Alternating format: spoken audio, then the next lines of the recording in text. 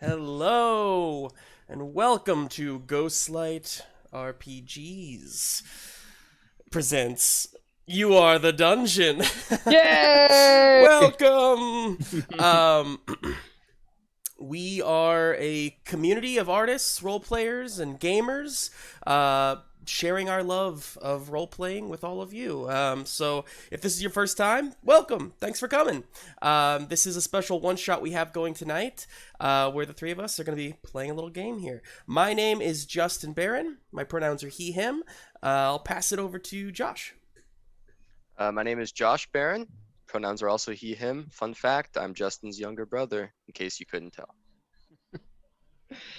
All right, I'm Graham Ward. My pronouns are he, him as well. And yeah, I'm an actor and also run a lot of stuff on here with Justin.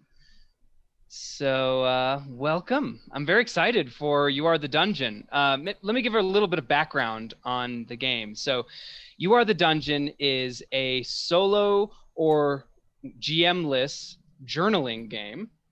And that is... it was designed by Tracy Barnett, who ran a Kickstarter not too long ago, right? I think gosh, time flies. It might have been like 8 months ago. Yeah, anyway, I backed the Kickstarter and was really excited for the game. It's one of those games that's it's just really interesting. The concept is so strong that it doesn't require a lot of tons of pages and pages of rules. It's very simple and kind of free form, which is also a great virtue of the design. So anyway, I'm excited to give it a try, and we'll see what we can come up with here. For those who have never done a solo RPG, basically, we, all three of us, have equal control and lots of flexibility and freedom over what will happen.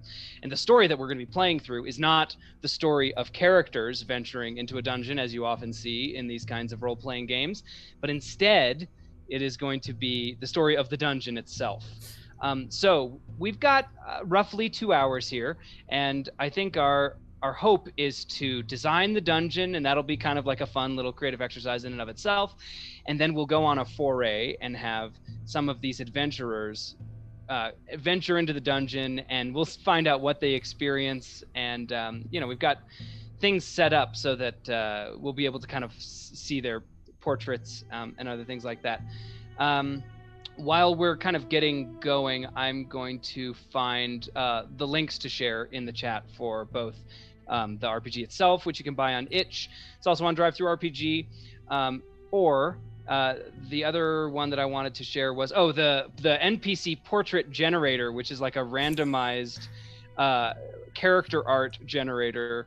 It's It's not really quite Uncanny Valley, but it's still there's hints of I it. tell you, I've looked at about 300 of the generated images, and I Yeah. would say 75% of them look like someone might actually have doodled them. Yeah. There's 25% are like, whoa, you've got a gnome's nose on an elf's head or whatever, and looks like That a potato happens sticking to out the of your best face. of us, let me tell you. I've been accused of having a potato sticking out of my face. What? You So, have a tiny nose. I'm just making that up. Oh, Okay, so in terms of the intro for the game, I wanted to begin, if that's okay, by reading the kind of opening paragraph that explains the game. Sound good? Please, read Okay. away. You are the dungeon. You exist on the margins of what they call civilization. You are brooding, tempting, and insatiable. You call to those brave or foolhardy enough to explore your blasphemous depths. They leave with your treasures, yes, but they also leave with a hook buried inside of their souls. They will never forget you, never be free of you, never be clean again. Oh, great writing. I love Okay. it. Yeah, that's good stuff. That sets up what we are setting out to create here. So as we go through creating the dungeon, this first stage, we are going to answer a few questions. So this might be a good time to move to our little tracker screen where we can name our dungeon, and then we're going to come up with what the original form was, who created it, what evil dwelt within its heart, and then a foul being who took up residence there. Now, we don't have to do those in exactly that order, I don't think. I'm perfectly happy if we want to say, like, come up with the creator or the foul being that dwells there first, and then have that kind of springboard us Yeah, into something else. absolutely. Whatever you think. Now, let me ask you this, Graham, because I know that we are using a Taroka. Taroka? Yeah. So normally, you use a tarot deck Mm-hmm.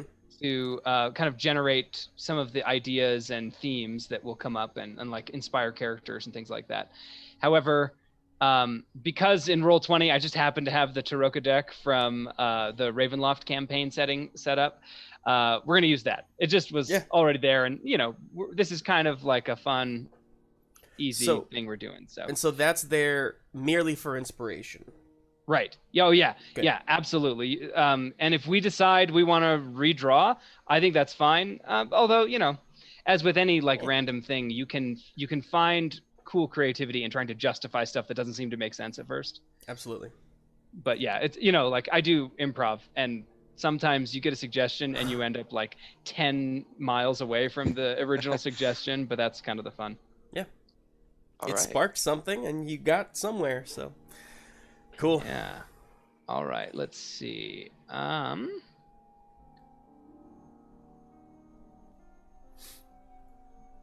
is the music level? Good? It's pretty good. I think it's good for me. Let us know in the chat if it's too quiet, too loud. Yeah. I'm happy to adjust. Great. So any of those first questions kind of jump out to us as a good starting point? We did a little bit of collusion, and we decided that generally little bit. we literally had like 4 lines of conversation, but we thought it would be cool to come up with the basic thrust of the dungeon, which is carnival or amusement park themed. Love me a good amusement park. So I guess literally it's not a dungeon per se. Yeah. Although maybe we'll take people captive. We'll see. Right. So why don't we talk about the original form? So what do you all think? If it was originally a carnival or an amusement park, was it one that was corrupted, or do you think it was built with kind of evil purpose in mind? I don't know. That's good. In my head, I keep thinking of like a gnome type, like Wonderland, like really steampunk type thing. Ooh, yeah. So maybe it started as like a place of wonder, and something was, maybe they built it on like the burial ground. Maybe they built it on a war site. Like a great battle took place in this in the spot, and then people forgot about it, and like centuries later they built an amusement park over the top of it. I love that. I love the idea of it being like something like the Hanging Gardens of Babylon or something, where it's like a wonder of the world, and people heard about it from distant nations, and they would come see this like steampunk gnome craft type amusement park. Yeah. I keep thinking of like the World's Fair or something. Yeah. Cool. Yeah. So like, I imagine that nothing like this exists in the rest of the world. Like this, whoever invented this invented like Ferris wheels or whatever. Does that sound right? Absolutely. Yeah. Okay, cool. So as we get started, we can worry about naming it in a second. Let's say the original form is, what do we want to call it? Do we want to say amusement park, or like wondrous? What were some of the descriptors you used? One of a kind fair. Wonder. I like wonder is a key. Yeah. Okay, so let's do wondrous fair. Very cool. Yeah. Okay, then do you want to talk about the creator and it's sort of its origin story? I'm realizing, Justin, as we're getting into this is very much like MC Who. It is. Hey, For MC Who shout out, baby. For those who don't know, Justin has a podcast called The MC Who, where he and Andy Perkins basically talk through Marvel movies that feature characters that are like D-list characters. Yeah, we just create a movie in an hour with a D-list Marvel. Some of them are higher than that, but the point is lesser known Marvel characters. Although, to be fair, we haven't done episodes in a while, but we will come back. Podcasts go. Yep. Okay, so we've got the Wondrous Fair. Let's talk about the origin, the creator. Clearly, at some point, something went wrong. If it started with the initial idea of being a wondrous place of amusement, something happened. I guess the battle, somehow that like resurged or came back into the story. Unrest souls. Unrest. I like that. Yeah. I like that. Yeah. Have like a very like spectral theme. Nice. So like the souls of the dead started to interfere with the amusement. There we go. I like that. And at some point we'll like come up with like what are the different rides that exist on this. I have a map prepared too. I'm not sure. Yes. Yeah, we'll get to that. Yeah, we'll get to it. I like that. So so the souls are at unrest. What about before that happens? What about the creator? Because actually, the souls at unrest is kind of like the evil that takes root in its heart. But what kind of person or entity do we think created this place? And what was their goal? Like, so you mentioned gnomes. Yeah. Some kind of mad inventor. I think it was a greedy little gnome named. Should we name him now? Yeah, sure. Oh yeah, he was named Spig. Spig shiny coin. That's too obvious, right? But Spig shiny coin. Gnomes have pretty obvious names. Yeah. Spig shiny coin. I don't know what is. He comes from the dynasty of Shiny Coin. The Shiny Coin Estate. The Shiny Coin Estate. Yeah, he really likes big shiny coins or spig. Shiny. And his catchphrase is if it's spig, it's spigs. If it's spig, it's spigs. Hang on. I'm not sure that quite. We'll work on it. Maybe in the gnomish language, spig means large. Well, if it spig, like if it is big, if it's big, if it's spig, yeah. If it's big, it's spigs. It's like he owns everything that's big. Okay, so the Wondrous Fair was created by Spig Shiny Coin, a gnome tinker. And unfortunately, it was discovered too late that the souls of the dead from this battle from long ago were interfering somehow with the amusements that he created. Yes. Cool. And that is the evil that took root in the heart. Now, how about this? So there's two things I would like to know about this evil, the souls that are unrest. The first that I'd like to know is what's its motive? Does it have a goal? It doesn't have to be something super specific, but if we have an idea of what motivates the corruption, that might help us. Mm-hmm. And then coming out of that, the second thing would be what thematic element do we want to explore in terms of the evil? Like what kind of evil are we talking about? Is it avarice, where like, or is it that people are so hungry for amusement that like this evil makes it insatiable? That kind, I don't know, whatever we want to. And maybe this is changing things. I had a small epiphany. What if it's Spig himself? Built this whole land, this fair and whatnot. But there's some sort of corporate greed, malice that goes along with it, and when he dies, it's his soul. I was thinking maybe it's his soul that is I don't know, wanting. It's still greedy. It's a greedy soul. He can't let go even in the afterlife. And maybe that can connect to the ancient battle thing by like any of the souls that died in the battle, if they had something that they wanted that they never gained when they were in life, maybe that's what latches onto. So like the sort of head of the spirits is this greedy gnome who the amusement park never satisfied him. He never felt like it was finished. He never got joy out of seeing other people happy. He just was always like tinkering and so maybe it's his ancestors, the shiny coins of long ago that because this land was passed down generation to generation, but they won this land in a war over money, essentially, and many people lost their lives in this battle over money, and it was meaningless to them.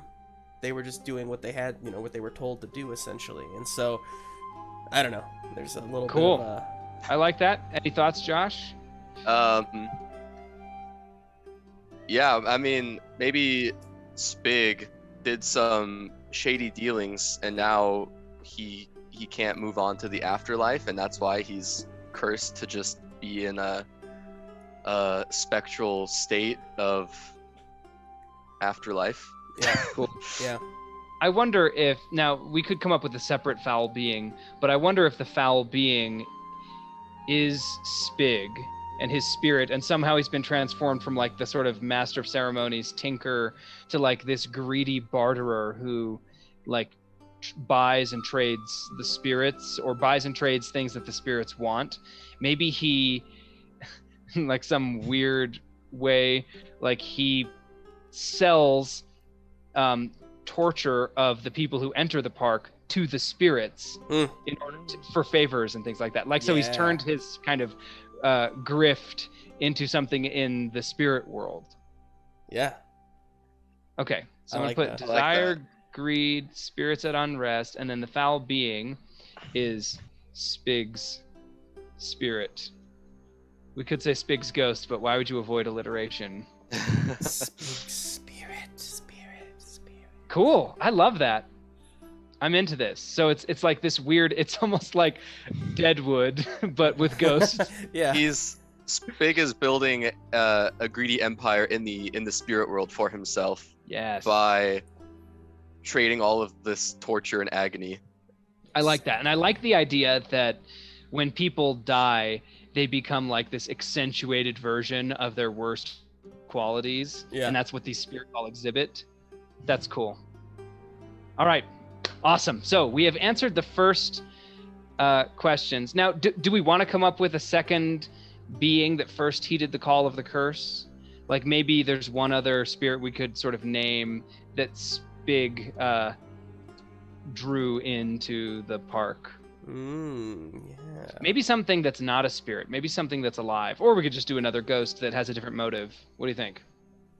No, I like something alive that's working on the physical side of things. Maybe like a shaman who kind of communes with spirits and has like dealings with both the spirit world and the mortal realm. Yeah, so they're like a medium that can communicate between the people who come to visit and the spirits. Yeah, and they're kind of capitalizing on all of it, on both sides of the coin, maybe. Cool.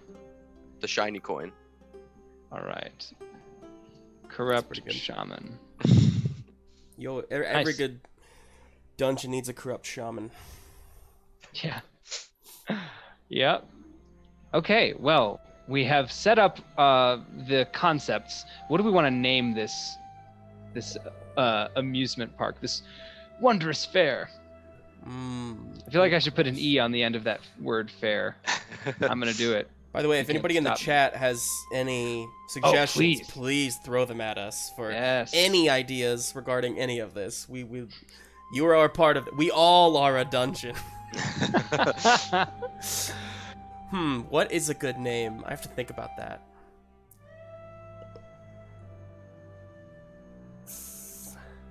While we're thinking about the name, the next thing we will be doing is depicting this location somehow. So Justin, you said that you've got a thing set up where we can kind of illustrate. I do, yeah. So I have here a little map, a little grid set up, and I'm the only person who can draw on this thing, unfortunately. But if No you guys problem. kind of tell me, I can, I can just kind of, Oh, draw different things Hi. and whatnot.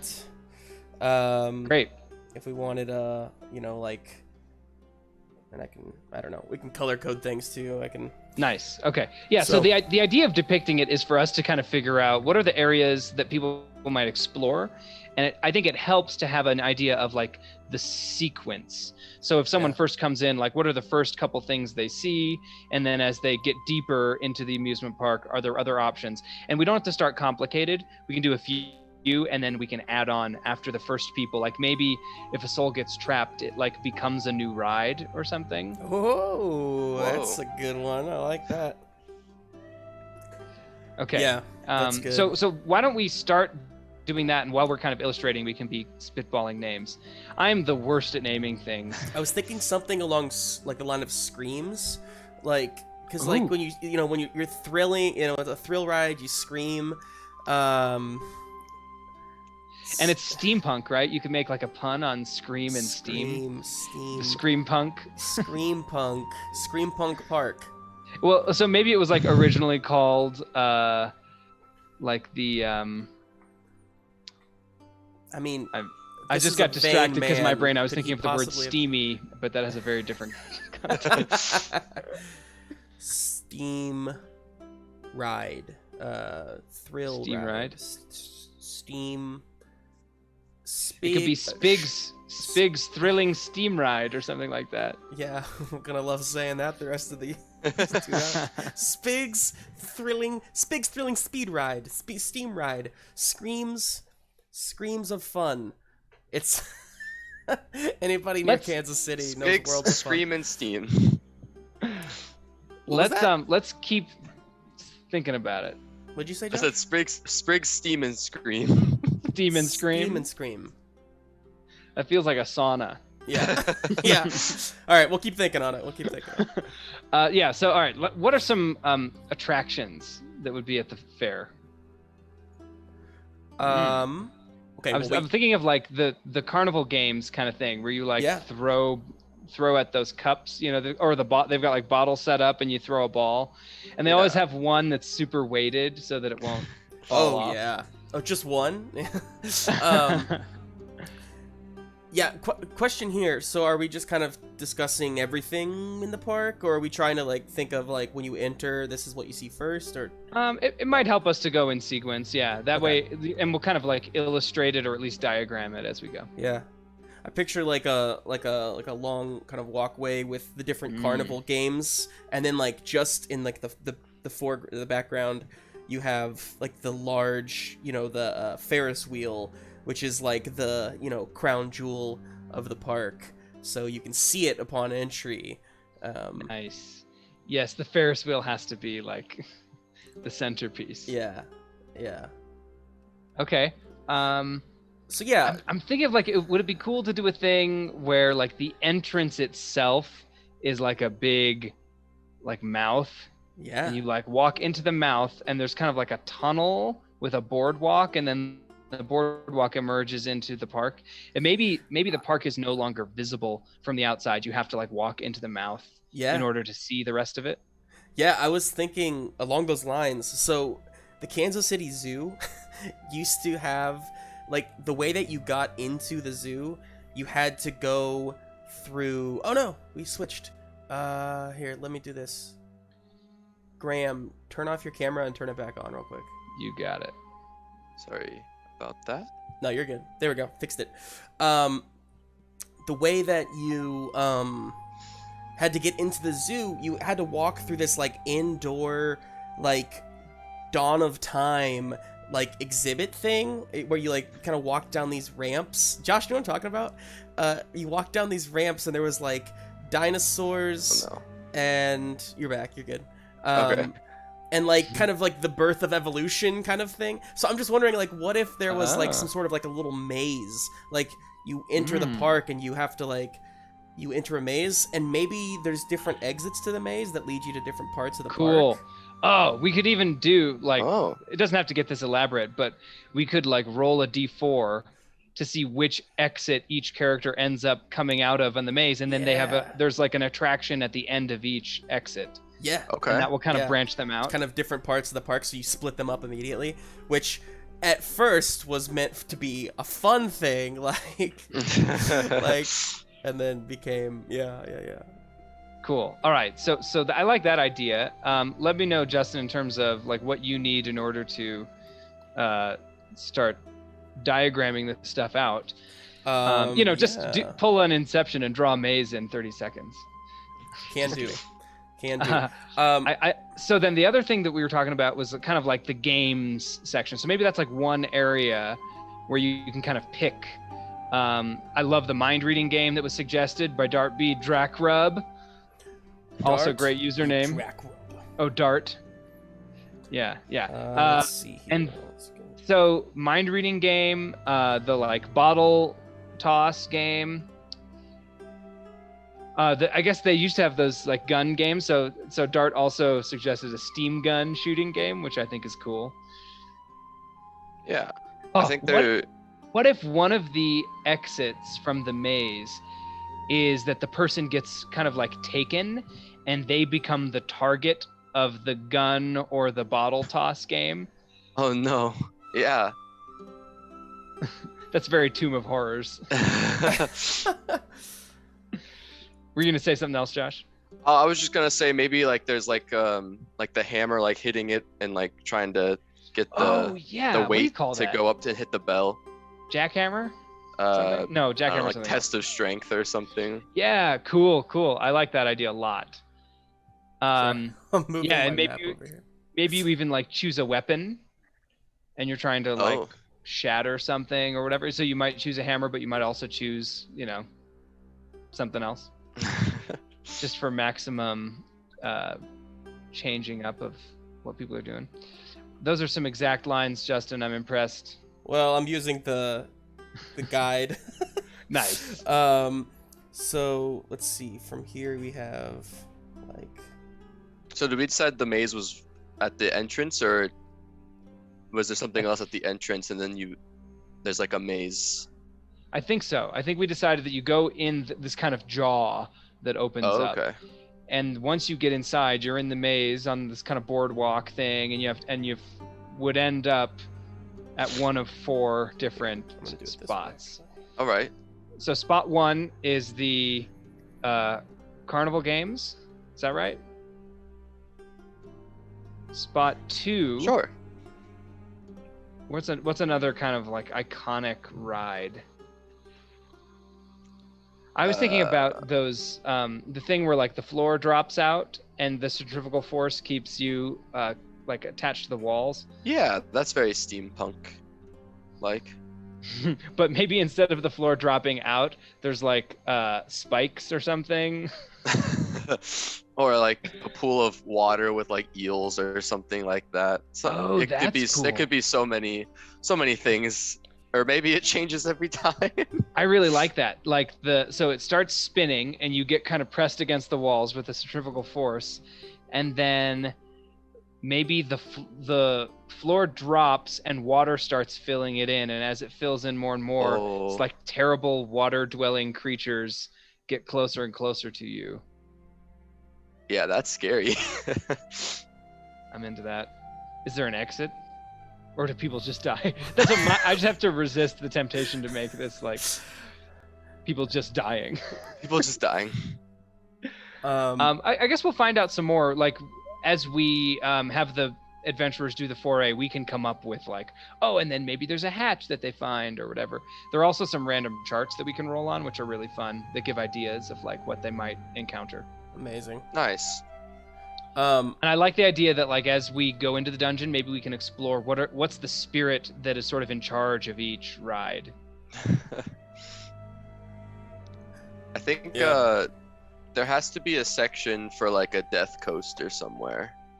Death Coaster. or death coaster, not necessarily death, but just like, maybe it goes off the tracks at one point and lands on an assortment of different ones based on factors, maybe like weight. I don't know. Yeah. Yeah, because then, you have different... I mean, you could almost have different, like, trap-type games built for different creatures, I guess. If this isn't some sort of a D&D-esque world. Real quick. This is just supposed to symbolize a maze, by the way. Perfect. It's, Couldn't be better. I'm not going to do much more. But the idea is, like, there's a section maybe here, here, here, and here that kind of will branch out farther into these sections of the park and whatnot. Yeah, I like it. Great. Okay. Cool. So, let's, if you can, we'll sketch like the name next to each one. So we've got the Carnival Games are number 1. Okay. And then number 2 is our the Starship 2000 or whatever our version of it will be called. All right, here, let's do this. I feel like we need our friend Sumkey on here to come up with punny names for these rides. I know. Where's Sumkey when you need them? That's not gonna read well. Let's go with like a purple. All right. So we've got we'll put 1 here.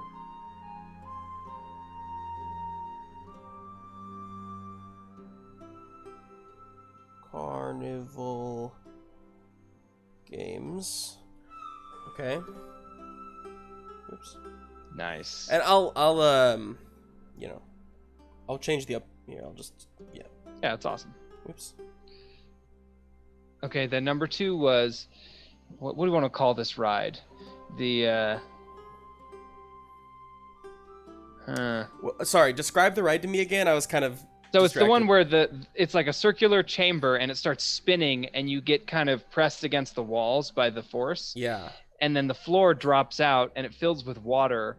And as the water rises, you can see there are like creatures, kind of like, A New Hope style. There are creatures under the water that will get you if you get submerged. Now, let me ask this, guys. Are we trying to do like a, Magic Kingdom type thing where there's the different like lands, like Frontierland and Fantasyland, and we can kind of have different themed things around those?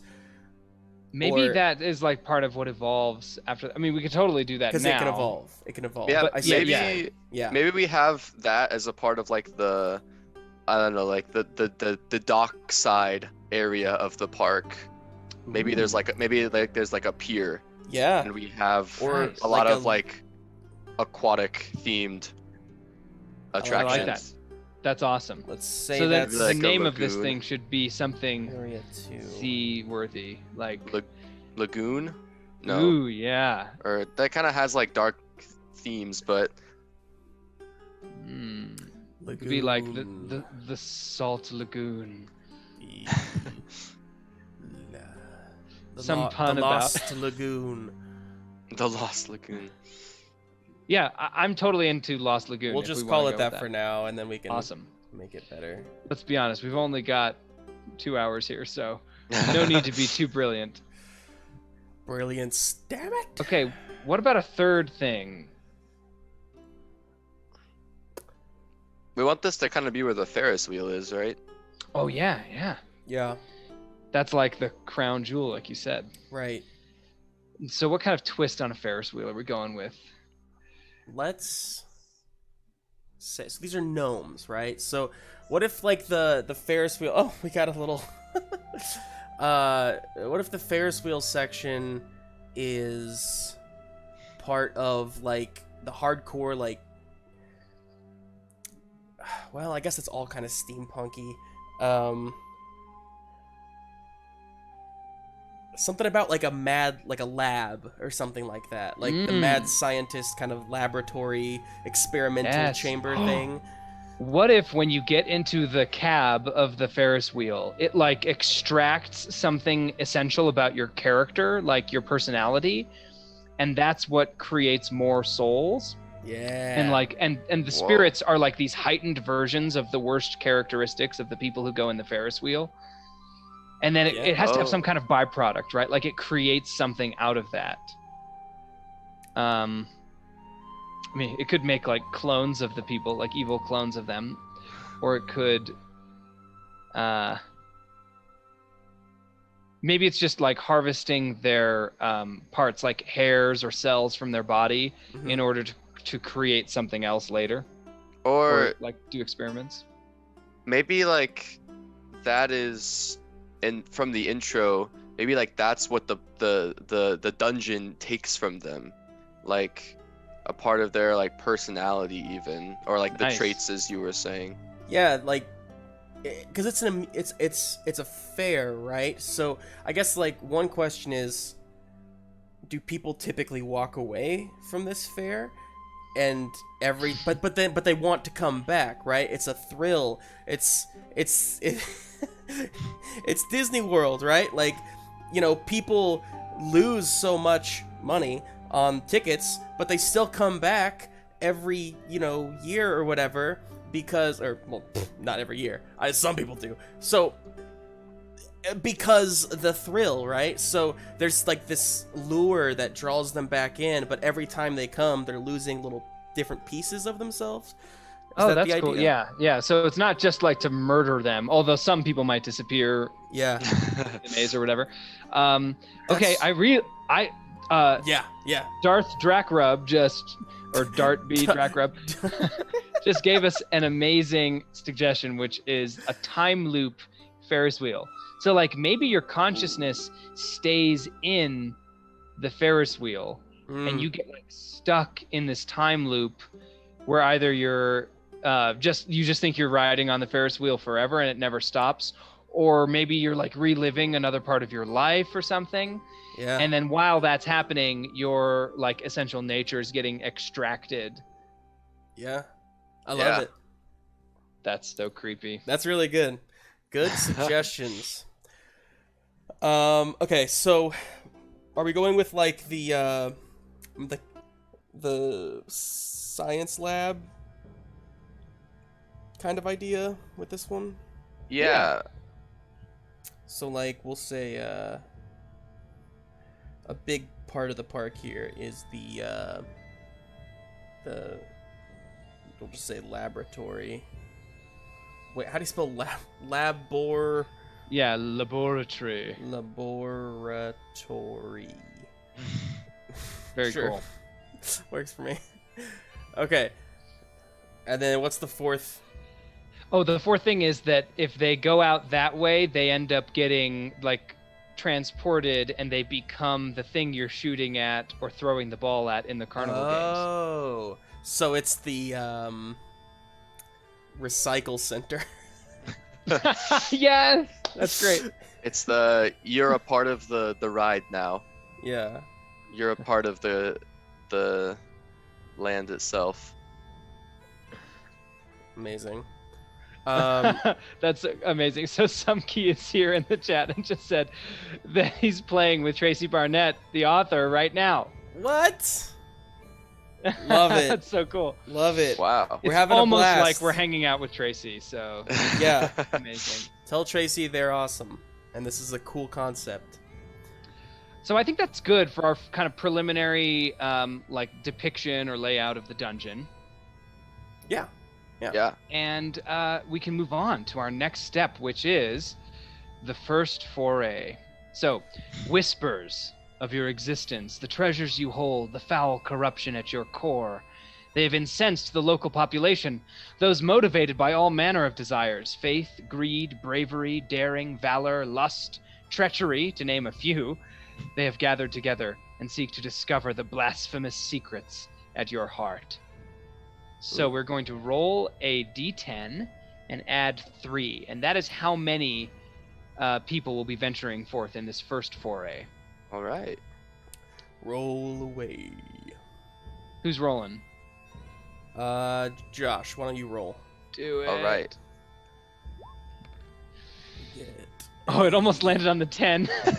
Okay, so 6 plus 9, Six. we'll have 9. Sorry, 6 plus 3 is 9. I can do Yeah. math.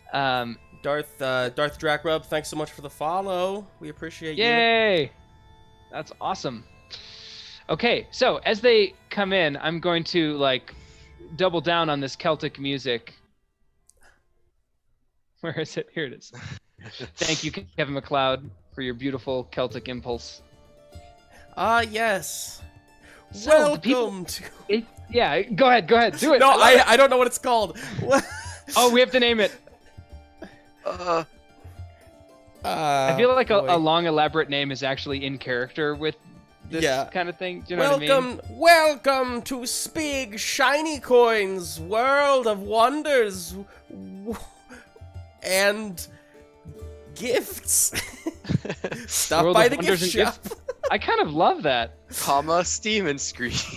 Yeah. It's the subtitle. Great. All right, you have named it, Justin. There Good it on is. No going back. Big now. Shiny Coins, World of Wonders and Gifts. Okay, so let us go ahead and draw some cards to tell us about our adventurers. Mm-hmm. There are going to be 9 of them, so let's try not to spend too much time on any individual one. We'll just generally be coming up with their name, their sort of disposition, which will be determined by the card, and then their fate will be determined kind of all at the end. We'll like decide how they go through the park. Okay, so I'll draw the first card. Sound good? Yeah. Please. The artifact. Now Artifact. our chart written by Tracy tells us that the artifact is a sentient weapon. A sentient weapon come. However, we can say it's like someone with a sentient weapon, and that's like their main thing, like a He-Man type character whose power is connected to a sword. Yeah. Or Oh, I love that. So yeah, it's a guy. So this is like the grand opening of the park, or right? Or is it that the park Has was it been around for a open and while? then got corrupted after Yeah. Spig died, right? Because Yeah. Spig has to be dead. Yeah, you're Yeah. right. So this is the grand reopening of the park. Yes. And, right after Spig's funeral. Yeah. And whoever's in charge of this thing thought the best idea was to get the great hero of the land, who is, of course, like this King Arthur person with their Excalibur-esque weapon, to come endorse it, right? It's like, let's get Tom Brady to get to go, Disney World or whatever. Speaking as a guy who hates Tom Brady. So I was going to say, he's the foul evil at the heart of the yeah. It's what a twist.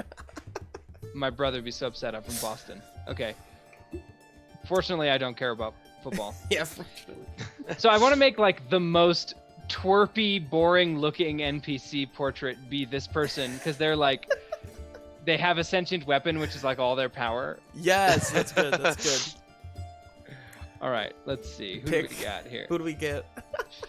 Someone. I'm gonna end up being like offensive in some way. I'm sure. I'm gonna try not to. And what's their weapon? Oh yeah, sentient weapon. I'll come up with the name. Somebody else come up with the weapon. Josh, what's the weapon? The weapon? Oh, okay. Here he is. I got him. Hold on. Are you Yeah, ready? I need to see the person before. Love This it. guy. Wait, I gotta zoom in for everybody just to see it. I just love the mustache is what tops it off. All right. Their So weapon. good. Their weapon is supposed to be like a really cool dagger. It's actually just a butter knife that has immense power. Love it. And that guy's name is Jackie Muldoon. But they just call him One-Eyed Jack. Jackie Muldoon. Okay. Yeah. Let's put that in. Jackie with an IE, of course. Yeah, of course. Dude. And All right. they stabbed their eye out with the artifact because they thought it was just a butter knife, and they were going to butter their toast, and it actually extended into its eye. Yes, flawless. So good. That is really funny. The hero of the land, everybody. What's let's give him a name. we have to give So him the a... disposition is sentient weapon. This one's kind of an it's like an unusual one. Just Usually kind of, it'll give like an adjective to go along with them. definer, yeah, some sort of. Okay. So his main thing is that he is the hero of the knife. Yeah.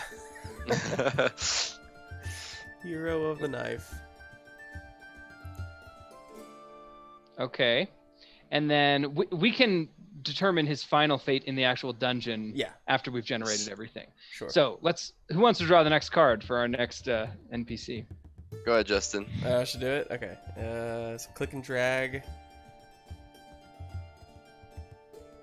The Innocent. The Innocent. That's exciting. I love that card.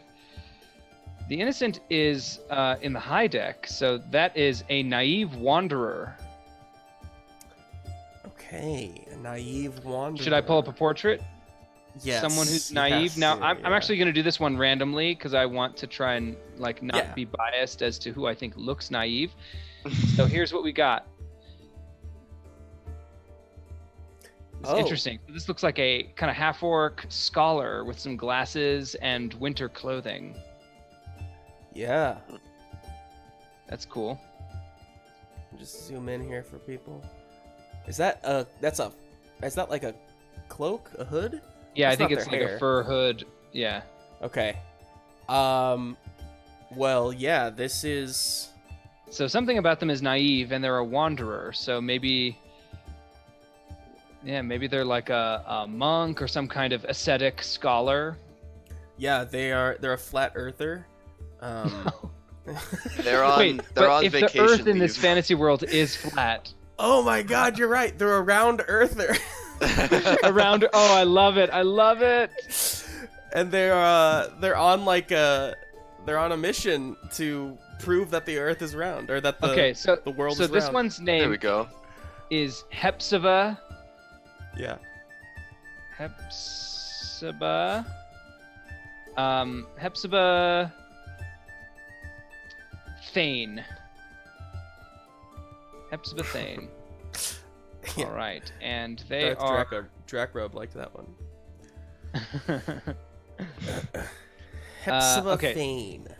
And we're going with Traveling Scholar, Traveling scholar. and they are a round earther, Round worlder. Yeah. round worlder. I love that. I'm gonna have to delete this card now. Oh yeah, go ahead. Okay, I think that's like enough to go on. That's very rich. I feel like I could do a whole improv scene as this character. Absolutely. Are we? Okay. We're supposed to have 9 of these people. Yeah, that's why I'm trying not to spend too much time. I'm sorry. Let's go faster. No problem. All right, I'll draw the next card. The Traitor. Traitor. Ooh, this could get good. Maybe can this apply to 2 people at once? Just to quicken it, or is that a bad idea? Oh yeah, I like that idea. Like a couple, or just like or like siblings or 2 something. people represent the traitor. I like These that. are the twin children of Spig, and their mission is to lure these potential ongoers into Spig Shiny Coins World of Wonders and Gifts. So are they're traitors to the rest of the party. guests? Yeah. Because is the idea these people are they all coming in together? Well, yes, they're an adventuring party, but maybe Spig's children went along with the group and are kind of deceiving them or something. Yeah. Can They're still Can we say alive, grandchildren? Oh yeah, grandchildren. Yeah, I that like works. the idea that they're Yeah. more time has passed. The other thing it gives is that it's a burdened traitor. That's the disposition. Somehow they have a burden upon them. And I guess the burden is that Spig has charged them to bring souls in to the carnival. So maybe that's like the whole reason the adventuring party is there. It's they won't get their inheritance unless they do this. Okay, all right. Yeah. So, and their names are Twig and Stig. Stig and Twig. Yeah, I got to put it in alphabetical order. Yeah, Huh? they're working for their retirement fund. Very Great. good. Very good. Okay, and let me just put down their disposition. Someone want to draw the next card? Go ahead, Josh. Okay. I'm gonna start doodling some of the park here. Paladin. Oh. Ooh, that's exciting. Okay, so the Paladin is the Two of Swords, which is an indecisive Paladin. Nice prompt, Tracy. Love it. That's good. Playing opposites. Yeah.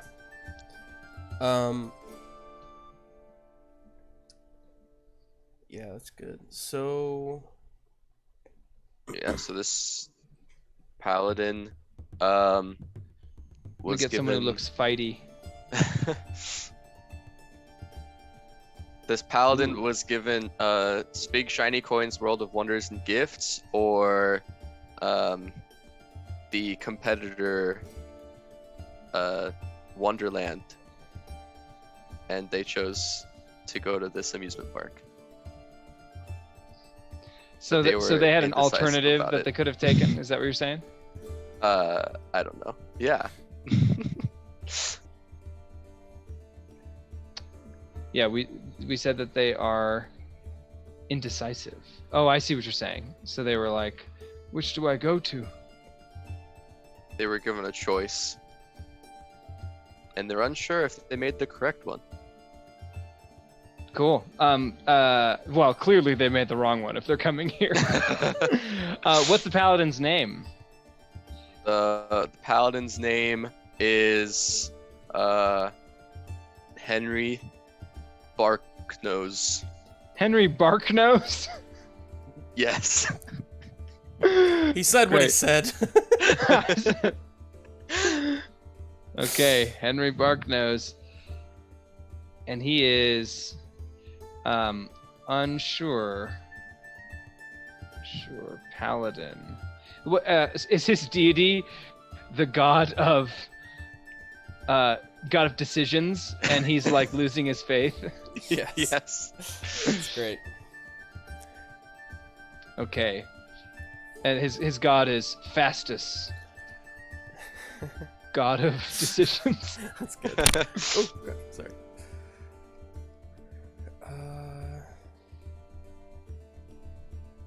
Okay. So that is, how many is that? 5. Okay, we've got 5 out of 9. Whew. Why don't we not add the +3? Let's just do the D10 roll. Yeah, that's We'll do works. 6. That's So let's do one more. One more. I'll draw one more card. This one is, the Tempter. Let's see, the Tempter is a seductive dancer. There How you go. exciting. There you go. And I'm really sad that I used up that first NPC portrait. He would have been the prime candidate. Yeah, for real. Seductive dancer. Let's see. Where's a real sexy dancer? I mean, I got a few sexy dudes and ladies and everything in between, but So what if this I'm into- is? how about this? This is a cool one. Yeah, Okay. Yeah. yeah. He is there to try and so he's the boyfriend of Stig, Shiny Coin, and Let's go non-binary with this character. Okay. For variety and everything. Absolutely. So okay, so they're the lover of The partner. the partner. Thank you, of Stig, and Ooh. but they're maybe they are the reason that Stig is doing this in the first place. They really want the inheritance, right? They're there for that money. Yeah. Okay. I like that. I've got a name. The name is Axalian Drone. Exalian drone. That's a pretty good name. That's the best name out of all of them, I think. Thanks. It's really good. I was like, this person has to be legit. They can't just be a joke. Yeah, right. This is a main character. I have a feeling that Axalian may come up again in future delves. Okay, so they are the partner of Spig, and they want the inheritance. Yes. Okay. That is correct. I'm gonna write they want money, and then I'm gonna put in, just as a side note, that we decided the tempter. Oh, so the idea is that they are tempting the rest of the party with like the treasures they might find, or with the wonders of the carnival, and that's why they're the tempter. Well, they're the partner of one of the grandchildren. Oh, is that? Did I mishear? Okay. Stig. So they're the partner of Stig. My bad. Okay. It's a very understandable mistake. My fault for naming them Stig and Twig. And they're very tempting. And and I think, what if they're, well, that's just too devious, maybe. I don't know. I was gonna say, what if they're playing both Stig and Twig like against each other even? I love it. So they're amazing. Kind of tempting each of them so that they can ultimately get the money or the treasure. All the inheritance money. Yeah. So cool. Playing them against each other. So we've got our adventuring party. Now, before we decide what happens, we need to roll another d10.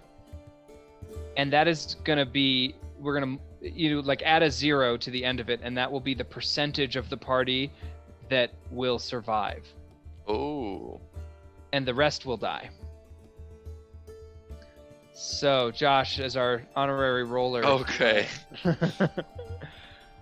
Okay, so 40% of the party survives, which out of 6 people... That's like 2. Okay, great. So 2 will survive. We can sort of keep an eye on that. So like once we've killed off 4 of them, the last 2 left are gonna go. Okay. So as they draw near to the dungeon, our Celtic Impulse music will die down and will instead go to something creepy. Sinister.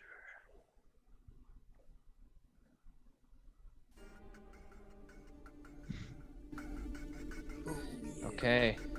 The mouth of the carnival entrance opens wide before them. As they approach, Jackie Muldoon, hero of the knife, says, "Hey guys, I'm a little worried about this." Get your bones together, Jackie. If you want to be anything Hepzibah? like me, that's Hepzibah. If I've learned anything in my long life, it's that fortune favors the bold. The brold? Yes. I don't even think that makes sense. It's a word. Look it up.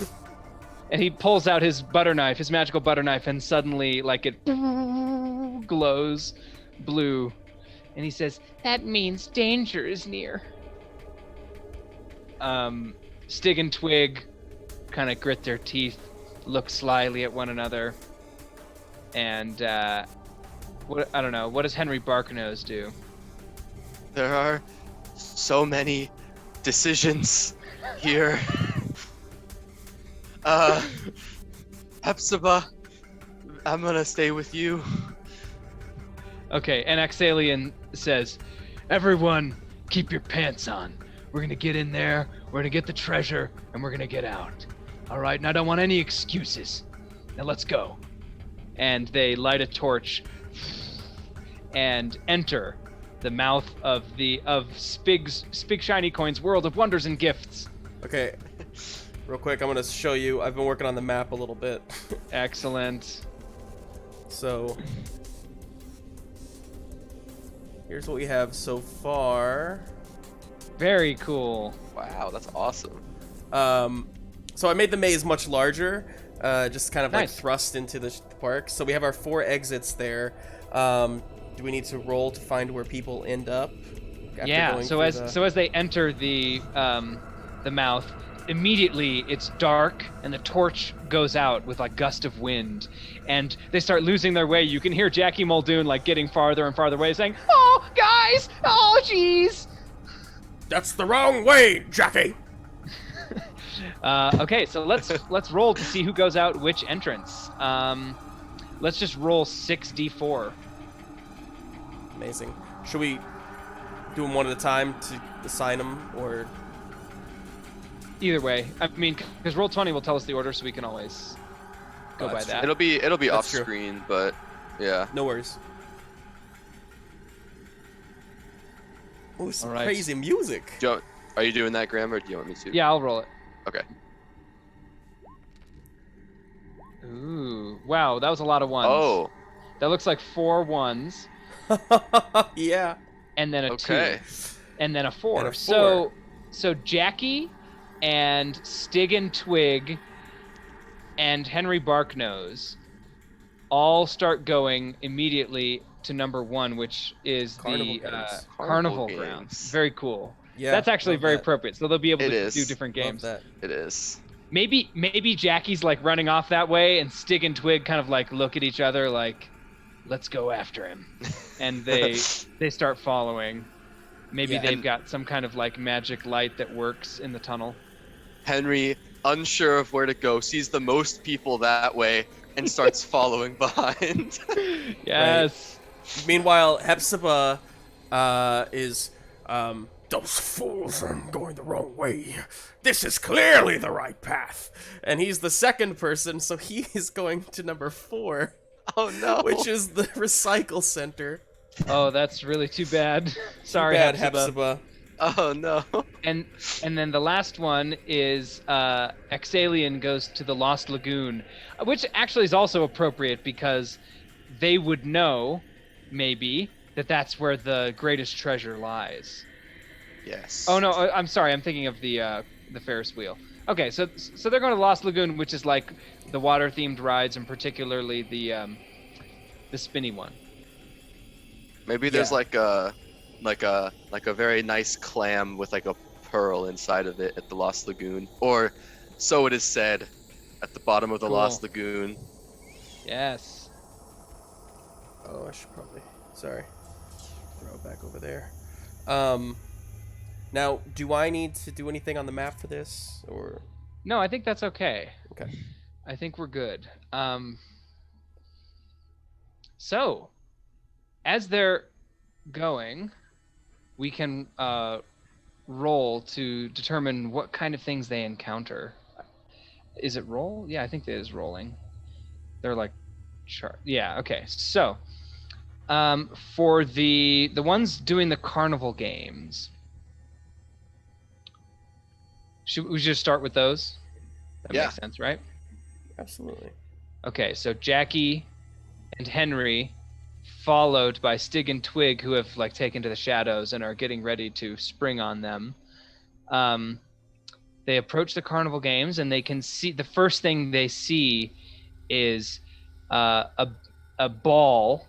Maybe it's like this marble ball, like, you know, big enough that you could hold it in your hand like this, like a softball sized, and it's just kind of hovering in the air, and they hear,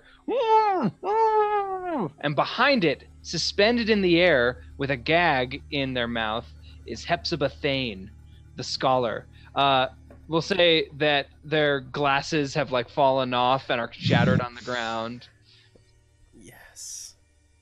And Jackie says, "What's going on?"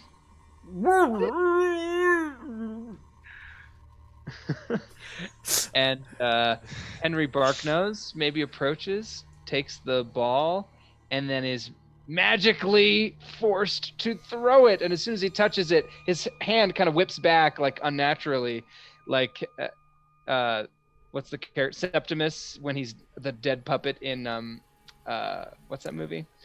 Stardust. Oh, I was thinking of a different dead puppet. Okay, Yeah, and he Stardust, flings the ball toward Hepzibah. What happens? We don't roll or anything. We just kind of decide. I mean, we could totally roll if we want to. There are a bunch of lists. Like, for example, there are horrible beauties, baleful curses, Torrents of Sorrow. Wow. Like lots of different charts we could roll on. Let's just roll one thing, and then I'll decide based on whatever it says. Okay, here we go. So this is curious. a 3.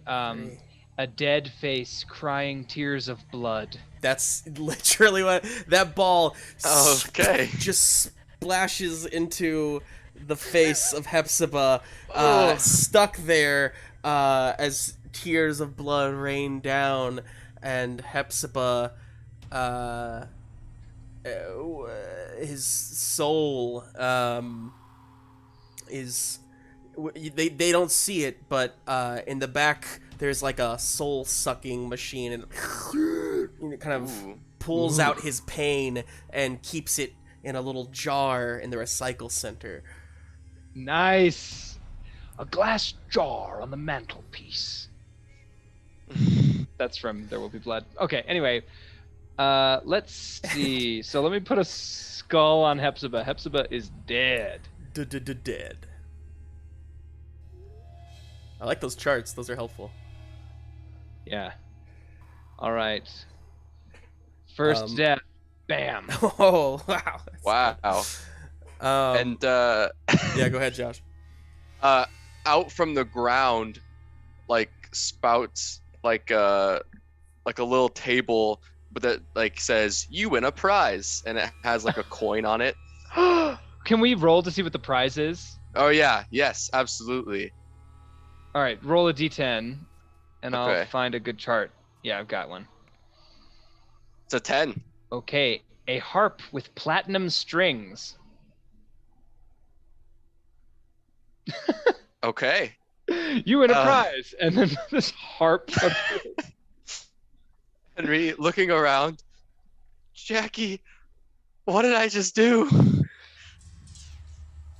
Jackie says, "You're a killer. Why would you do that to Hepzibah? I was vaguely considering making a pass at him later." Why was I rewarded? Maybe we're supposed to kill each other. We should never have come here. This is a terrible place. At which point, wait, who are you guys playing? Jackie and Henry. Okay. At which point, I think Stig and Twig kind of pop out of nowhere, like a big, like teddy bear, way too big. Hey, friends. Pretty fun place, huh? What? How did you win a prize? Who did you kill? Kill? What are you guys talking about? Well, and he just kind of looks feebly over at Hepzibah's crushed face. But he looks and it's gone. Awesome. What are you guys talking about? There are illusions around us. There has to be, right? Jackie? Would this be a good time for like one of the spirits in the park to appear? Hell yeah. Let's roll another d10.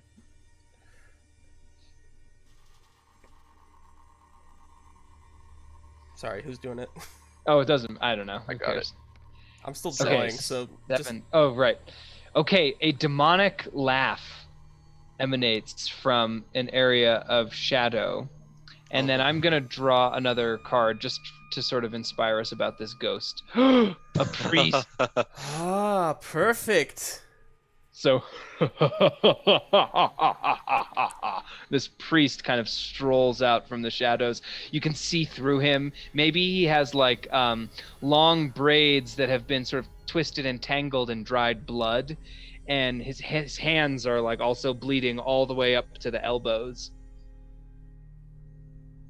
And I'm gonna roll one more d10 to help us with this priest. So the priest, trying to figure out what he wants. Okay, so the results for the two that I just rolled is sharing a feast with your fellows.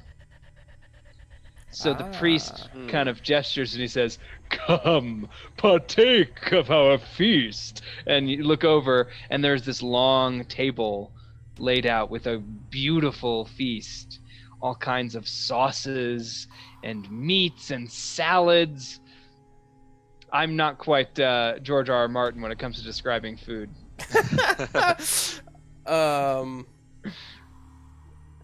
Yeah. Stig and Twig go quickly, sit down. Come on, guys. This is what we're here for, right? The four of us wanted to come, or the five of us wanted to come have a party? Yeah, I guess so. And Jackie Muldoon sits down, sheathes his butter knife. I'm trying to think of other carnival game stuff that could happen. That's good. Well, so this ghost of the priest is there, and he's going to like either torture them or feast on them or something. So maybe that's what happens. They like lift off the lids that are covering their plates, and their faces are there staring back at them.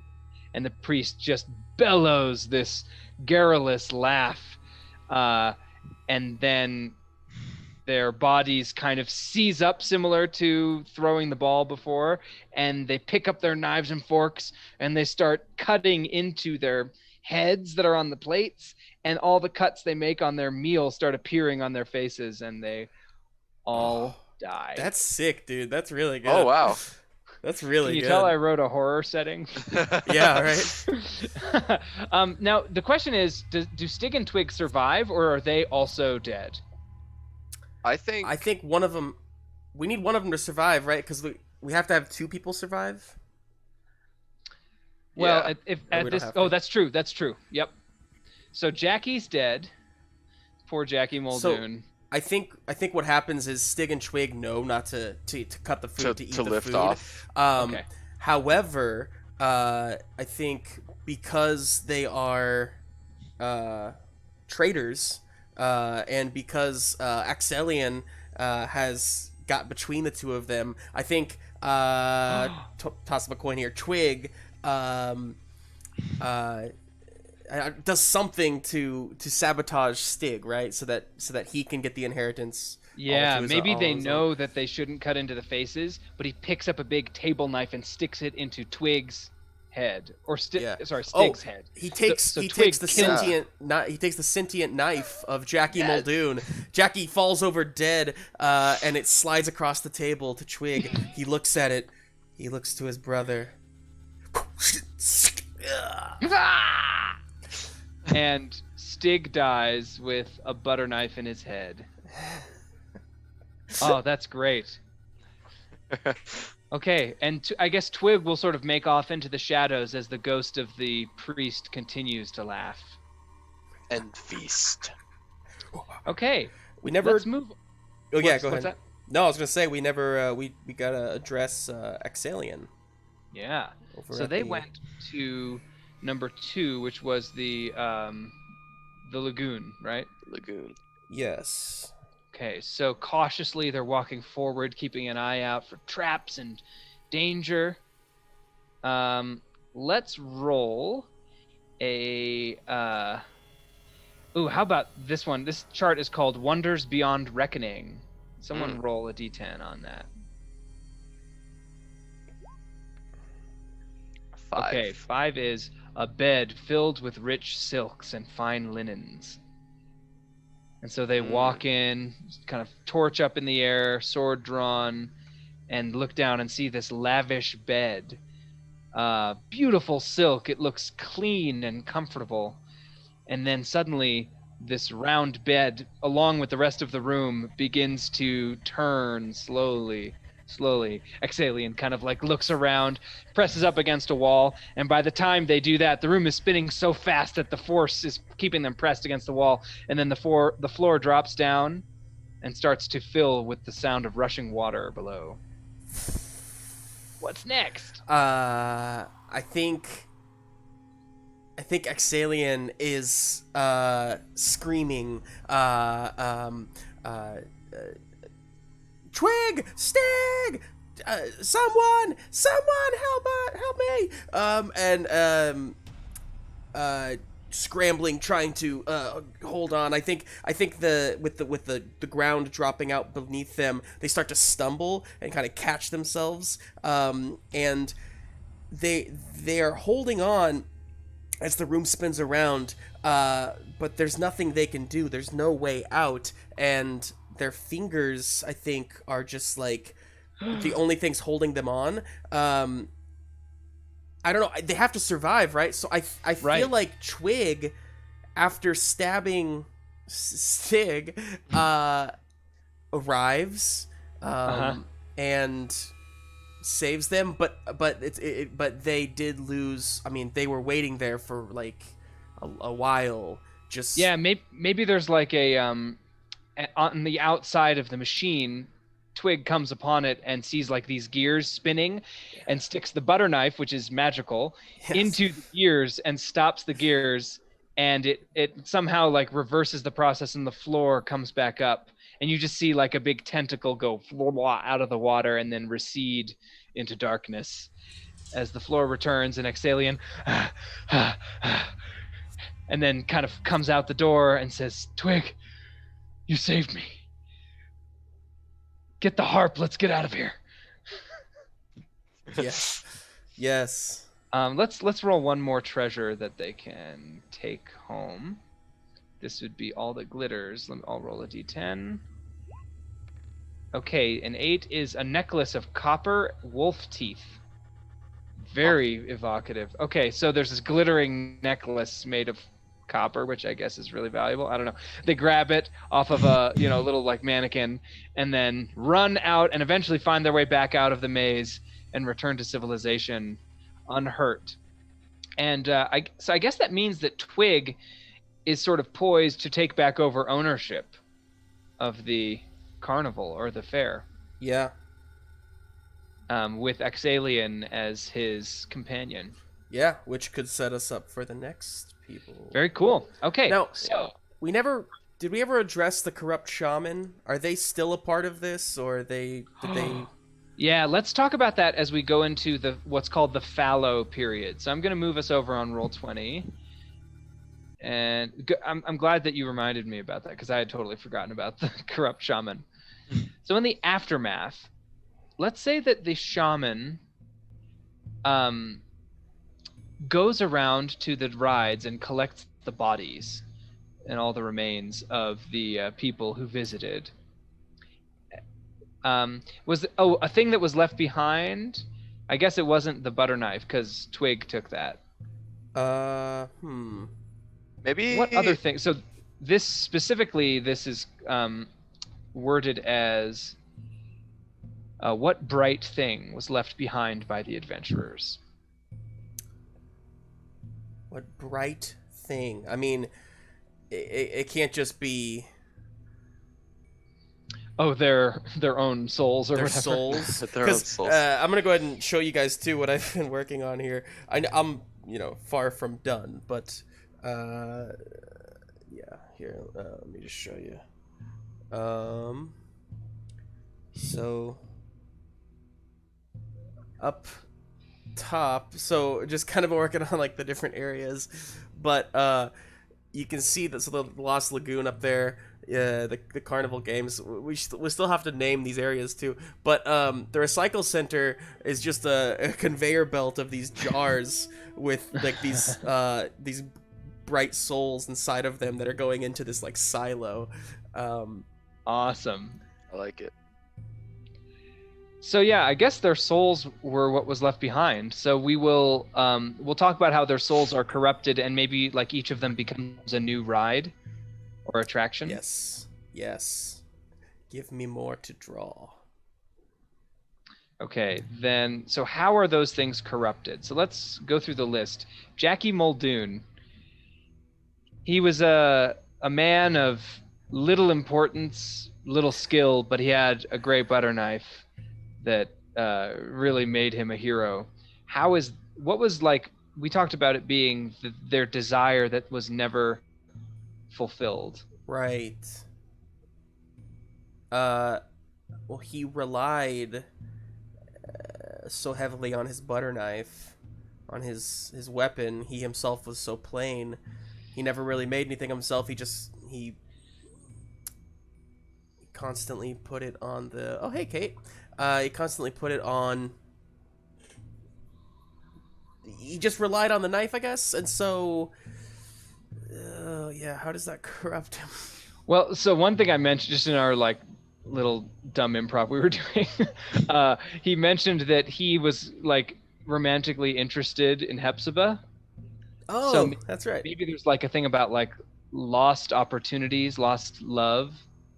Maybe, Yeah. oh, Well, maybe this is the there's like a love boat ride that you often see. Tunnel There's of like Love. some kind of tunnel of love. That's got to be in the Lost Lagoon, right? Or does it have to be of where course. they died? No, I don't. No, I think it can be okay. anywhere. Yeah. So I'll make a Tunnel of Love for sure. And what sort of like twisted thing can exist there? Maybe what happens is you grow old together and you just like age and like die in minutes as you get further into the tunnel of love. That's great. Wow. That's yeah. This is way too much fun. I am loving this game. This is really Thank you, cool. Tracy. I think there have to be like sirens in there as well, like and like cool. the old like epics like the Odyssey, where like the sirens were so alluring. Nice. Love that. Okay, then the next person was Hepzibah. We can kind of loop that in to the Tunnel of Love with Jackie, I think, in the interest of time. Stig. So Stig was one of the grandsons of Spig. Right. So he was betrayed by his own kin. Is there a What about one of those carnival games where you guess like how many coins are in the jar or something? Yeah. And if you get like whoever gets the closest to it, or if you guess the exact number, something good happens. Sure. Or in this case, something bad maybe. Yeah.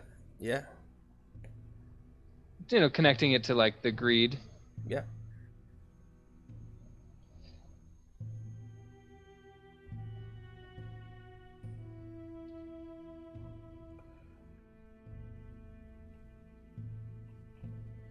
Okay. Let's see. Just gonna add some more lines in here. So we got the Tunnel of Love. We've got the guessing game. And then who's next? Henry. What kind of attraction would be connected to him?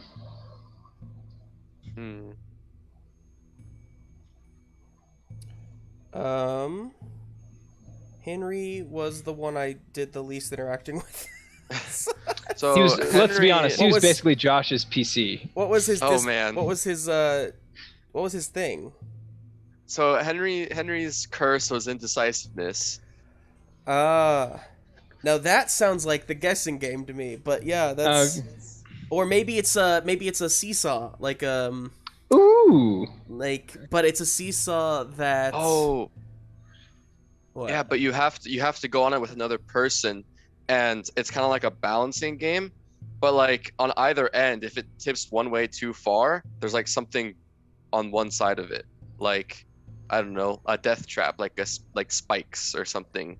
Yeah. And so you're constantly trying to balance because if one person tips too far, there's like something that snatches them on the bottom. So you're trying go back to the But go back to the in order for them to escape, it's like up high on their sides, like a ladder or something. So they have one to, like, person jump has up. to sacrifice themselves long enough to let that person go. That is very clever. I love that. So it like looks like a bridge, but then as soon as there are two people on it, it like detaches and starts seesawing, and they have to scramble and figure out the only way to get out is to let one person drop all the way down onto the spikes so the other person can climb up. That is so genius. Yes. I'm gonna put that in a D&D dungeon. That's with your permission. So That's many like of one these of the most brilliant traps are I've really ever heard good. Real quick, just if anybody's joining us this late, not late, but this far in, just to let you know, we're basically building a dungeon, and our dungeon is as shown right here. We have yet to name it, so if anybody has a name in the chat, sorry, we named the park itself. It is called Spig Shiny Coins World of Wonders and Gifts. Exactly. Yes. And there's different sections to the park. So down in the bottom left is like the carnival games area. The upper left there is the Lost Lagoon, which has a specific ride. I have not drawn it on there because I don't know how, but it's like a spinny death trap thing. Beneath that there is the new Tunnel of Love. There's like this laboratory area that we have yet to explore because nobody's gone there. And then the recycle center down in the bottom right. And when you enter the park, you go through this maze, and depending on how it goes, you pop out in a different part of the park. So that's it. Basically, it's a death trap of an amusement park. And 6 adventurers just went in, and 2 came out alive. All right. So the last couple things we need to do before we start our second foray is to determine the resident. So what the question is, in the years since the adventurers, who or what has taken up residence inside your desperate passages? So some new, I mean, in addition to the souls that were stolen. I think it's got to be Twig, right? Twig and Axelian. Oh, yeah. They are now running the park or whatever it may be. Maybe they literally live there and have added these. Cool. Okay, so they're now the carnival masters. They built a bronze statue of themselves at the entrance of the park, and they have steampunk cameras all over the park watching their cool attractions do their work. That's awesome. Good. All right, and then we already kind of went through the what was added to the structure and what price was extracted from the people. We kind of got that.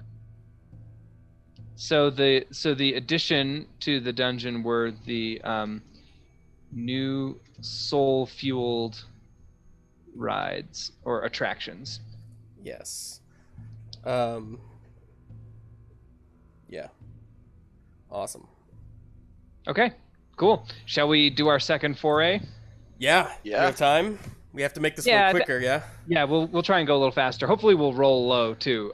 We could roll like a D6 if we want instead of a D10. Sounds great. Yeah. All right. Go ahead, Josh. D4. It doesn't.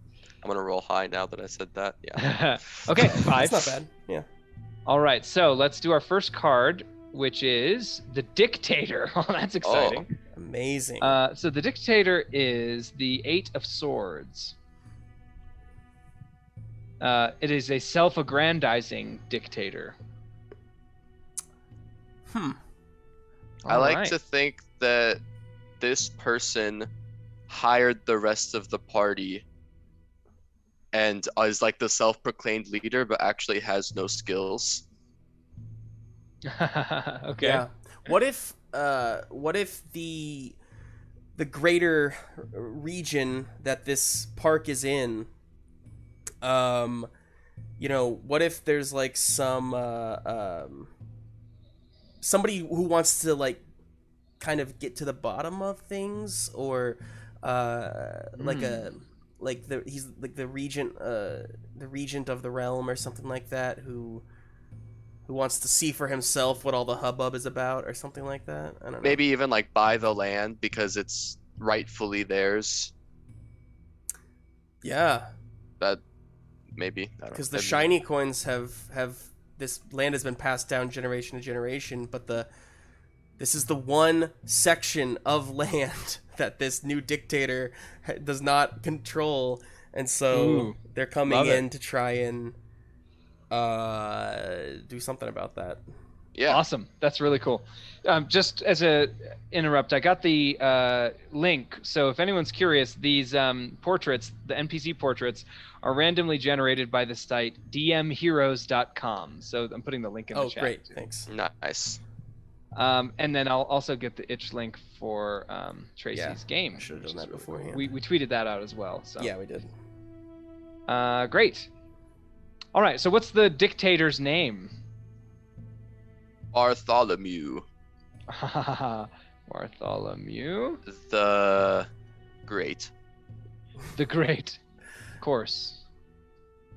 Self-proclaimed, of course. No one actually calls him that. Yeah, he's like, people call me Bartholomew the Great, and other people are like, no, we don't. No, we really don't. Okay.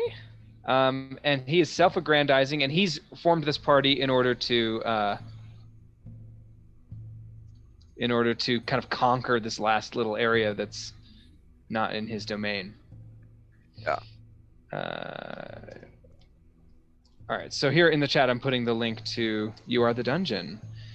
Please go buy it. It's not very expensive, and it's so much fun. It's very fun. I hope you're having fun, but I will say I'm having a blast. It's the perfect Friday night. It really is. This is fun. I actually have an improv show at 9 tonight, and so it's possible that people like Stig and Twig will be showing up in my improv. I don't know. Exalian.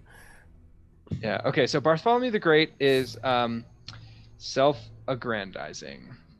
All right. Someone want to draw the next card? I'm on it. We gotta have 6 of these. So. 5 of them, I think. 5 of them, yeah. Oh, I'm sorry. You're right. Merchant. Ooh, the merchant. Okay, so the merchant is the 4 of coins. 4 of coins. An apathetic merchant. Ah. And maybe it's like more than just a merchant. Maybe they're like the some kind of financial counselor, or like the head of, like the treasurer of the kingdom. Yeah. Oh, Yeah. I like that a lot. Bartholomew brought them along to see just what the value of this park exactly is, and how they can lowball them. Okay, can I just, this is like kind of a retcon, but I would love to switch these 2 portraits. Sure. Do Yeah. it. I feel like Bartholomew the Great should definitely be this fabulous The tiefling. purple tiefling. Uh-huh. Oh, yes. Look at that beard. Cool. I just... These are generated randomly. It's so good. It is really amazing. Like, once you see 300 of them like I did, Yeah. you realize like the different components that are being randomized, and it's really Yeah. entertaining. This man's name, or this person's name is Linus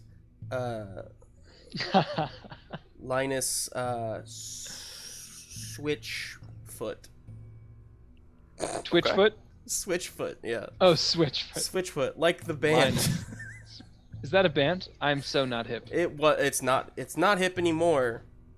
But if you were a preteen in the early 2000s, I who wasn't. went to church group, it was the shit. Great. Okay, so Linus Switchfoot is the royal treasurer, and we decided he is. What was he again? His adjective was. He's like, you said apathetic. apathetic. Yeah. So he doesn't want to be here. Right. He's just here because he's getting paid to do this. Yeah. Cool. Or forced to do it. All right. Depends on how the kingdom is ran. So who wants to draw the next card? I haven't drawn one in a while here. Do it. Yeah, you got it. The Enchanter. Ooh. Enchanter, the 3 of stars. That's our first stars card. There we Okay, go. this is a collaborative enchanter. A collaborative enchanter. This Ooh. is the kingdom's like seer, who can like maybe see the future. Love it. Like it's like the grand advisor to Bartholomew. Yeah. It's like, oh, the your Grand Vizier. your interests are in big shiny coins amusement park now. Yeah. And I think they can maybe even sense the souls that are Ooh, cool. there. Yeah, I love that. And as an enchanter, they might have, like the ability to, I don't know, somehow influence the magic that dictates the park. I'm going to pull this portrait back in because it is... Oh, well. Okay. So what's their name? Looks like this may be a woman.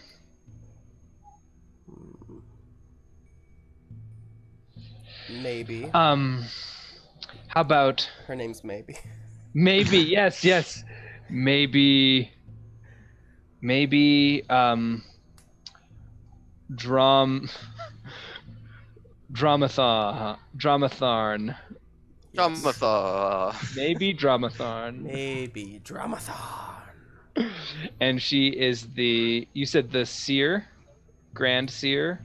Yeah, or Grand Advisor / seer of the... She's the Oracle.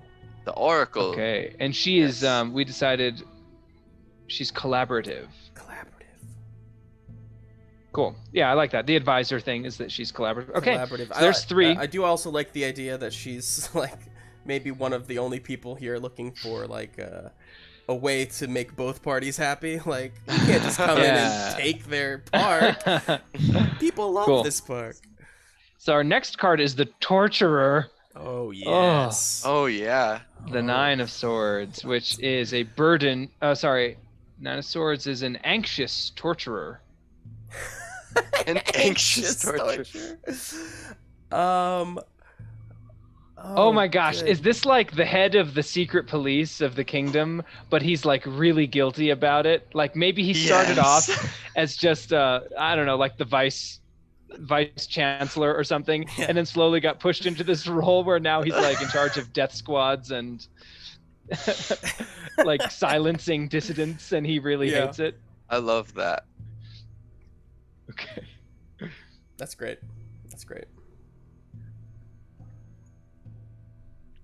All right, here he is. We got a lot of beards in this party.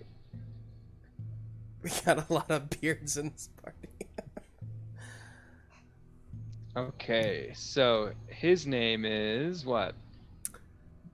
Oh, his name is Sharn. The face really worked. Sharn? Yeah, I don't know. Okay. Sharn. I want to say like Cooper or something really. Sharn Martin. Cooper. Sharn Martin. Sharn Martin. All right, Sharn Martin Cooper. Sharn Martin Cooper. Yes. So he is the vice chancellor turned. What's the word? The secret. The head of secret police. Yeah, that's too long. The Grand Inquisitor. Ooh, Inquisitor, love it. That's good. Genius. At one point, with a name like that, he had a talk show.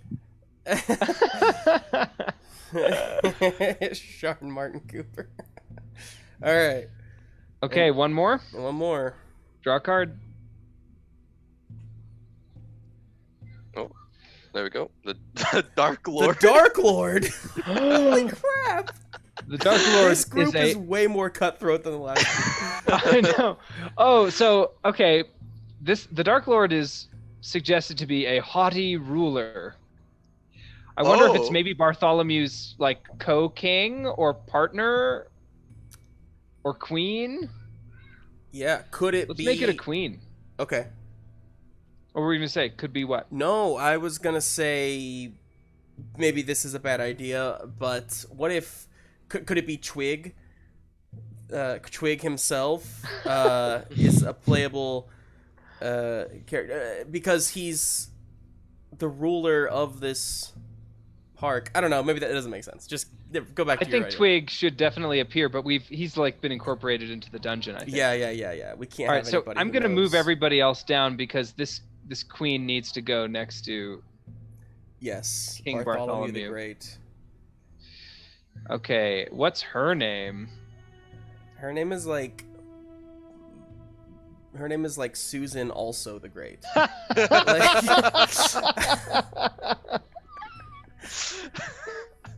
Susan the just as great. Yeah. That's good.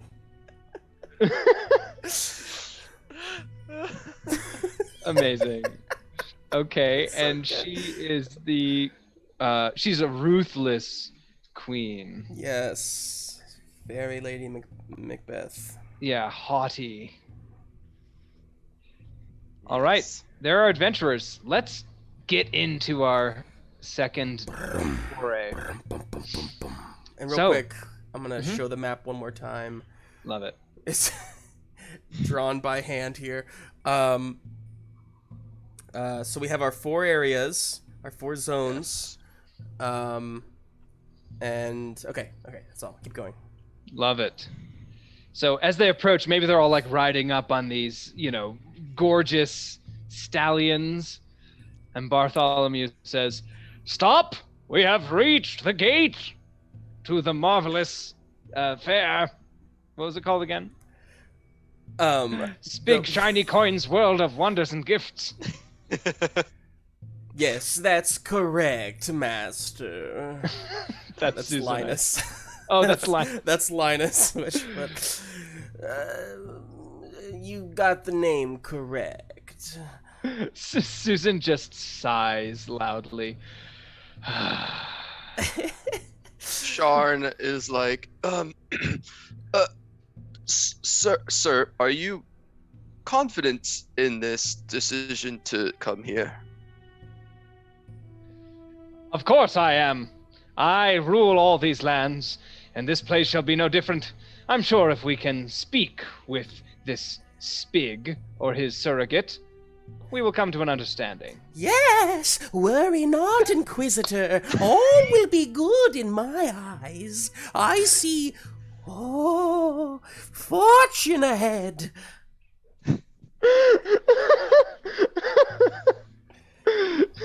Susan, the just as great, just looks over at maybe the Grand Seer and just says, "Why are you doing that?"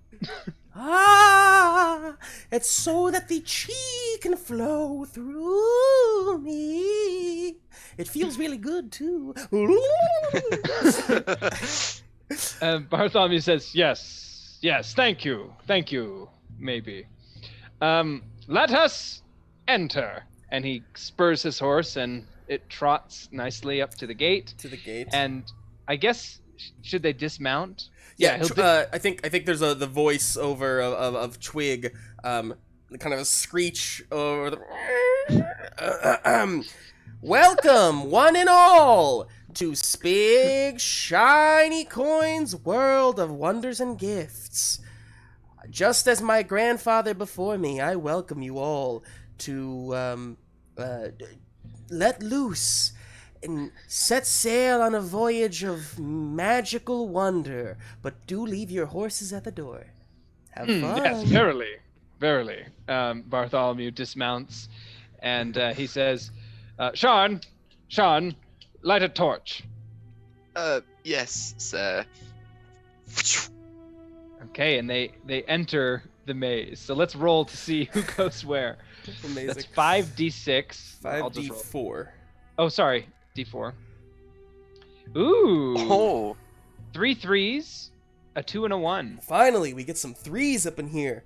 Wow. All right. Okay, so it looks like Bartholomew and Susan, as well as maybe Dramatharn, head directly to the center through the maze. Yes. That's fantastic. Yeah, because maybe leads them through to the crown jewel, to where she's Yes. getting the most energy. Bartholomew says, Susan, dear, honey, hold close to maybe. She can find her way through this daft maze. Hold on to Look my at those hands. Just look out for the elbows. and Susan says, I swear if this place doesn't kill you, I will. Okay, so then we have Linus heading directly for the carnival games. Oh boy, I think I hear some ring-a-ding-dings over here. Yes, Oh, in sire. fact. Sire. Uh-oh, you don't hear Bartholomew. All Linus hears is going to my charts here. A snippet of a whispered conversation. What? Who One said that?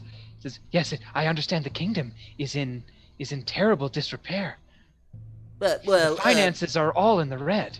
excuse me, do you know who you're talking to? I am Linus Switchfoot, Royal Treasurer. Where are you? Come out so I can see you. It's at that point that Linus sees a little bead of light and heads toward it and emerges out to the carnival game. So I guess we'll go in numerical order here. So Linus is at the carnival games. The carnival game we haven't explored yet is the mind reader. Yeah. So maybe there's a ghost of not the priest. Let's draw another card and say, ooh, It was a mind wizard. reader. Perfect. What was this? Just a Like mind reading game. Yeah. Is it like one of those like guessing games where like you give them clues and they have to like guess what you're thinking of? Is that what Sure. we're Yeah. going with Yeah. the mind reader? yeah, makes sense. Okay. And so this So- this ghost of a wizard appears, and he's a ghost, so his method of death, maybe he's like holding his head kind of in the crook of one arm.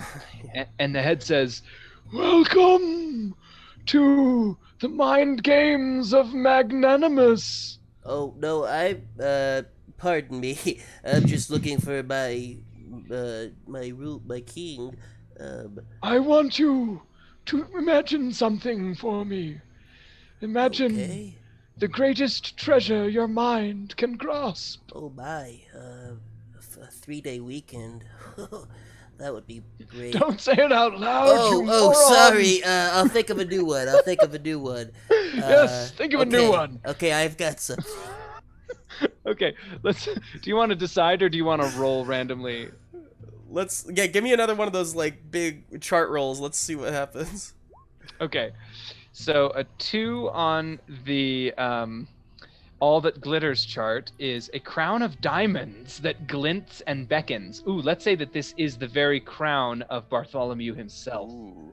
Oh, I see it.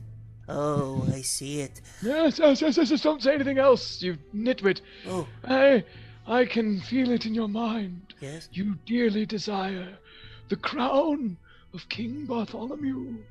Its diamonds glitter.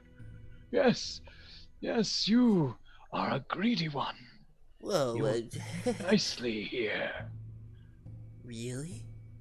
Would you like to touch the crown? And the wizard takes his hand that doesn't have the head, and above it, hovering in the air, is this fabulous diadem. Do we need to roll the percentage to see who survives? Oh yeah, we didn't do that, did we? Yeah. Let's do it. Who wants to roll? Just go ahead. I'll get it. Okay. So Is that 20% means one person one survives. person One survives. This is just like when we did Blood of My Blood. Okay. We rolled a die for that too. So So that means basically, as we go chronologically, we know from the get-go that only, who was it? Only Sharn? It could be only Sharn. Oh no, because Depends on what happens. Sharn is at number 2, and then it was Bartholomew, Susan, and maybe they went to number 3. So one of them will probably. Yeah. All right. Cool. Well, Linus reaches out for the diadem. Oh, Okay. yes. With me in charge of the kingdom, I could set all the books right. We could get out of debt within simply 20 years. Oh. The result for this roll is being trapped underwater, feet encased in leaden boots. So the diadem is hanging just over this, like when you like throw the ball and then you like, you're like a sitting- dunk yeah, tank? like the It's dunk tank. duck tank. So he stands. He's doesn't realize he's stepping out onto it. And as he does, these like metal boots latch onto his feet, and then he takes the reach of the diadem, but it's not there. And he's what? Wait, no! And just drops. Splash. and he just sinks to the bottom. Awesome. Cool. Okay. As his soul sucked into the boots and then pulled over to the cycling center. Okay. So, and then so next we have Sharn. Sorry, that was Linus, correct? That was Linus Switchfoot. Oh no. Oh no. Oh no. All right. Linus is dead. So next we've got Sharn over at the lagoon. The lagoon, number 2, up in the top left. Sharn. Go ahead, Josh. Oh, Sharn, missing his wife at home, decides that the Tunnel of Love will, bring back some good memories. I guess I'll go there, since I can't find anybody else. And let me pull up a card for the ghost here, the Diviner. So maybe kind of an accented voice starts to emanate from around him as he kind of sits down into the love boat. The boat is shaped like swans, but their wings are forming a heart, maybe. And the voice says, "Welcome to the love boat. You will be entering here to find great love in your life." I already have love. I just want to remember the good memories. Yes, that's what I mean. You'll remember the good memories. Sit down. Perfect. And he takes a seat and puts on the lap bar. Okay, and the ride starts, continuing down this. You can hear the river kind of lapping. Oh yeah, the bar. The bar clicks.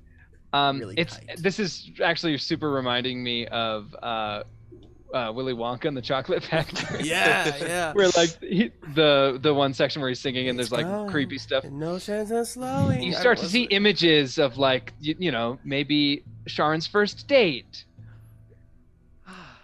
Oh, Sharn, I love you. Oh my, that's quite early to be saying such things, but runs away crying. Oh, that date did not go well. And then the time when maybe he and his wife first made a vow of love to each other. Oh, Sharn, I love you. And I love you too, and I will not make the first mistake I did on our date. It's appropriate to talk about it now. Let's get married and live in bliss. Okay, yes, and then course. Their wedding day emerges above him. Do you what a happy take time. this woman to be your lawfully wedded wife, to have and to hold until death do you part? And then the ride starts ramping up.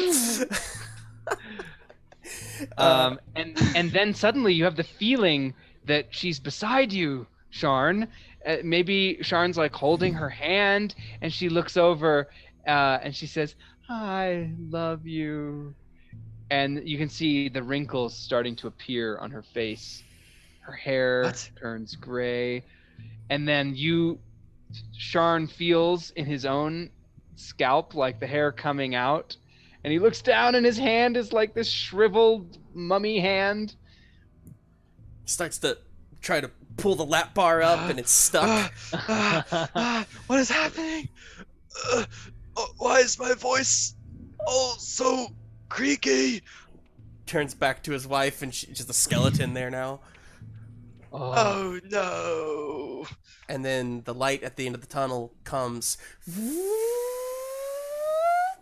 And then we cut to outside the Tunnel of Love as the just like little love boat kind of thing washes ashore, and there's just one skeleton lying there as his soul has been drained into the Tunnel of Love. Oh. I got the creepy music on just in Yeah, time. thank you. Okay, so that's there Sharn. goes Sharn. Sharn Martin Cooper. Sharn. It's down. Tunnel of Love got him.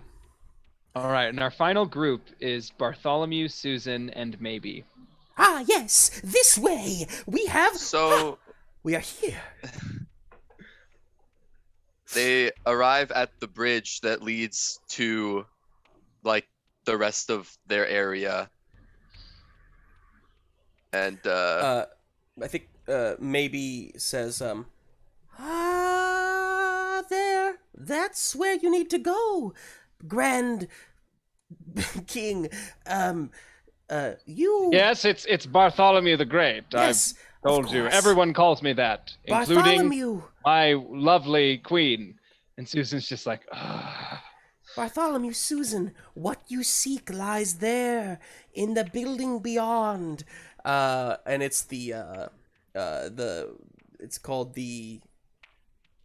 it's something, the balance, the one that we just talked about. Oh, but the scales of, I think I called it the murderer's seesaw, but we could call it like the scales of justice or something like that. Yeah, scales of justice. That's good.